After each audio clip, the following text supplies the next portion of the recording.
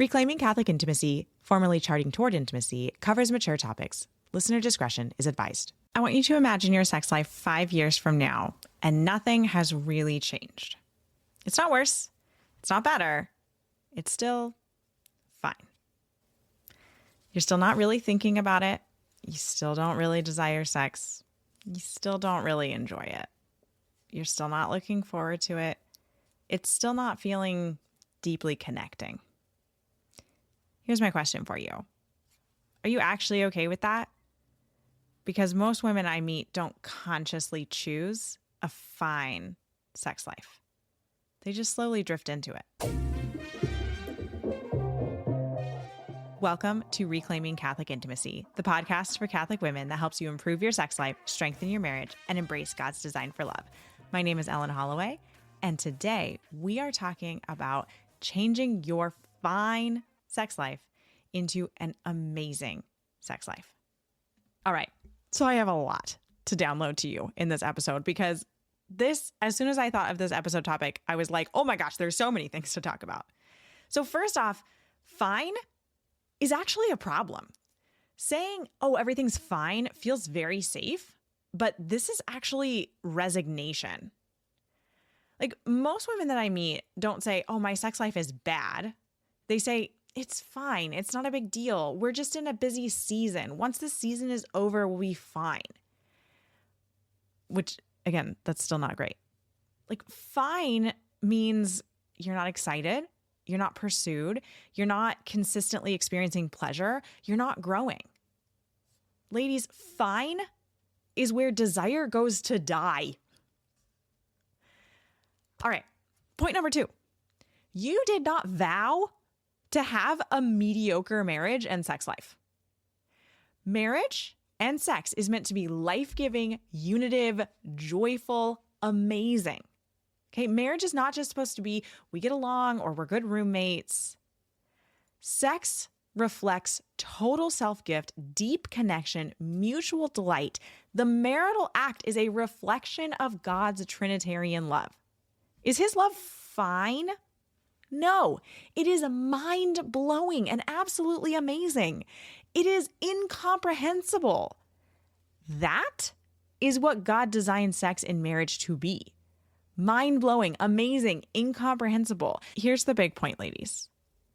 God did not design something this powerful for you to feel fine about it. Okay? Number 3, fine is putting you into complacency. When we have a fine sex life or a fine marriage, we're not growing.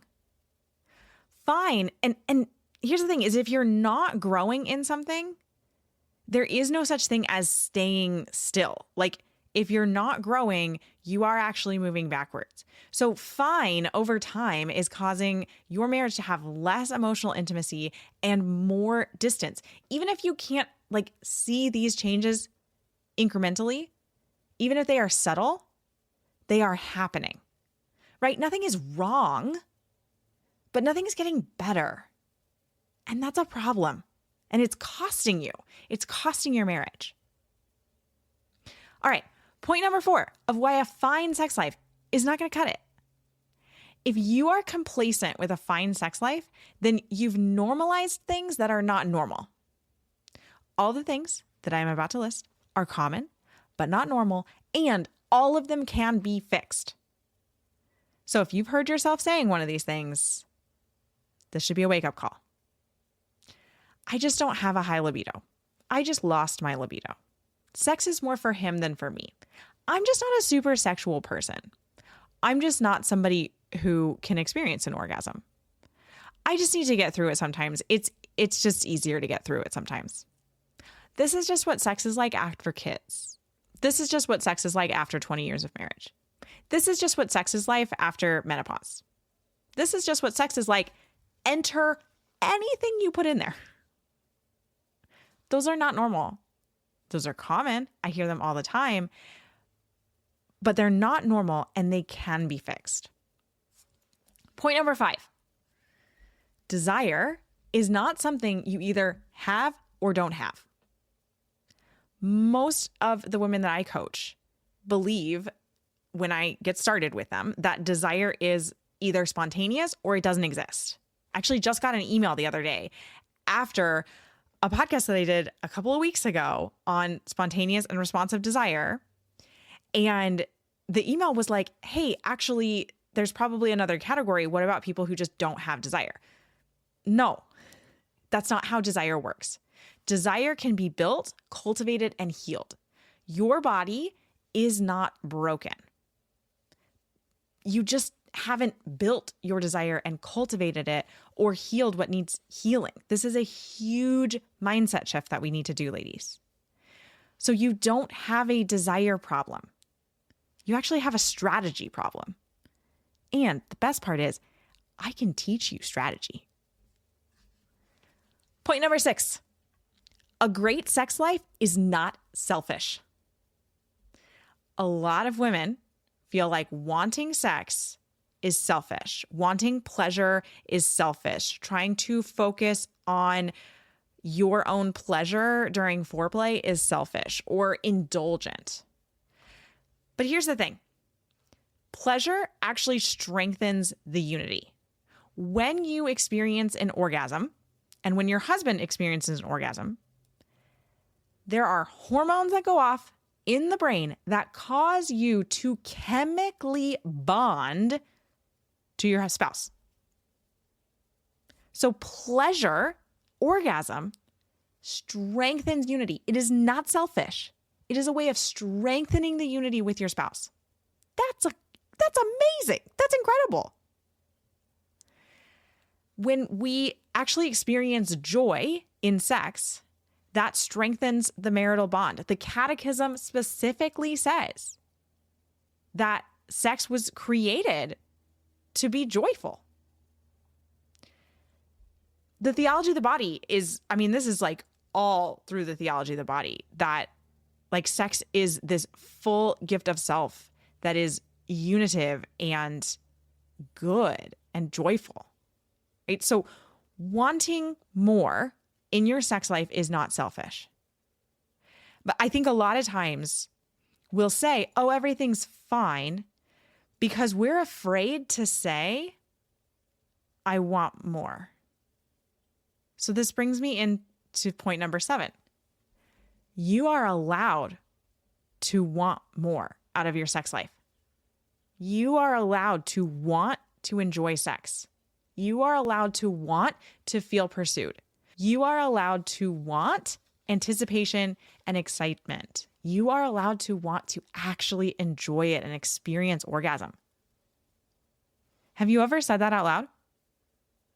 Have you ever said, I want to enjoy sex. I want to experience orgasm. I want to experience anticipation and excitement for sex. I want more out of my sex life. If you have never said that out loud, I want you to pause this right now, as long as you're in a private area. And I want you to say that out loud. I want you to say whatever it is that you want from your sex life. You are allowed to want a sex life that you actually look forward to. And it's a really good thing to want that. All right. Point number 8. Nothing will change. Nothing will change from your fine sex life unless you decide it matters. Most of the women that I talk to, like on Instagram or email, they're just waiting for things to improve. They assume that sex is just going to figure itself out. Like, I'm just going to reiterate myself from a previous podcast episode. Sex and marriage is not self-healing. Your sex life is not going to accidentally become amazing. It's up to you to decide that you want more out of your sex life. It's up to you to take that permission that I just gave you to say, I actually want more out of this and I want this to be better. And that's when things are going to change and improve. Point number 9 is I want to talk about the cost of staying the same. So just imagine 5 years from now. For me, oh my gosh, my oldest kid would be 11. wow, we'd be in a totally different area of our marriage. 5 years. 5 years is a while. It's not that long, but it's a while. But just imagine everything's still fine. You and your spouse are still avoiding deeper conversations. You've still never really brought up the fact that you don't experience pleasure very often or that you never really want sex. Foreplay is still non-existent or doesn't really bring you pleasure.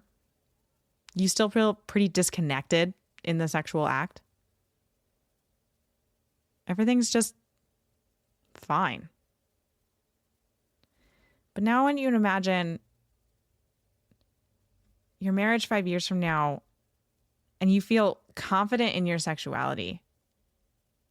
You initiate sex because you actually want it and you're looking forward to it. You enjoy sex.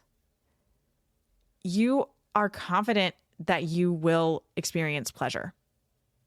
You'll receive an orgasm. Sex helps you feel connected. You feel desired by your husband. Okay, you will not wake up 5 years from now with a thriving sex life by accident. And I don't mean to sound harsh, but it's absolutely true. That you can listen to this podcast all you want, but until you do the work to make the changes, your sex life isn't going to change. So you can keep things fine, or you can decide that you're ready for more. And ladies, as of today, if you're listening to this in real time, the Want to Enjoy It Spring 2026 cohort is open for enrollment. This is an 8-week group coaching experience that is going to bring you from this fine sex life and give you all of the tools that you need and the support, the group coaching. There's also an option to add on some one-on-one support. And this is going to bring you from that fine marriage into the sex life that you deep down want, but maybe you haven't even admitted it to yourself yet. Because I know I was there. I couldn't even admit to myself that I wanted more out of my sex life. But this program will change your marriage. I have already seen it happen in countless women. I mean, it's incredible what this program does. And I cannot wait for you to join me in this. And watch what happens when you decide that your marriage and your sex life is worth it. It's mind-blowing. It's absolutely incredible. So it's 8 weeks. And in those 8 weeks, I'm going to show you exactly how to change from this fine sex life to the mind-blowing, amazing, incredible sex life that helps you feel closer to your husband and is actually enjoyable and it's actually something you want. So, Reclaiming Catholic Intimacy /want and enjoy. Link is in the show notes as well. Enrollment is open through May 1st at 11:59 p.m. Okay, so it's open this week. And I would love to have you be a part of this program. And if you are listening to this out of real time, you can still click that link in the show notes because you can sign up for the wait list. I open the program a couple of times a year. So you'll be on the wait list and you'll be the first to know when it opens next. Thanks so much for listening. If you have ever gotten any value from this podcast, could you do me a favor really quick? Go into the podcast app that you are listening in. And if it gives you an option to rate and review, please rate and review this podcast. It helps us so much in reaching new listeners and spreading the word about this podcast. Thanks so much for listening.